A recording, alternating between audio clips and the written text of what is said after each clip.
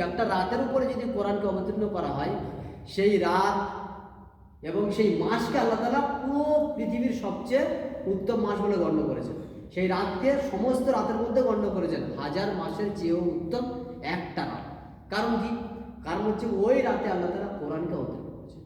তাহলে কোরআনের মর্যাদা যদি এত হয়, শুধু একটা রাত যদি এত মর্যাদা পায়, যার উপরে কোরআন অবতীর্ণ হয়েছে, তাহলে সেই কোরআন যদি কোনো মানুষ তার জীবনে ধারণ করে, তার জীবনটা কত উন্নত হতে পারে, তার জীবনটা কত উচ্চ পর্যায়ে পৌঁছতে পারে। এই ক্ষেত্রে যদি দেখা যায় যে কোরআনুল কারীমের মর্যাদাটা কত, এই অংশটুকু বুঝলে বোঝা যাবে কি, যে রাতে আল্লাহ তাআলা কোরআনকে অবতীর্ণ করলেন, সেই রাত হচ্ছে হাজার মাসের চেয়েও উত্তম।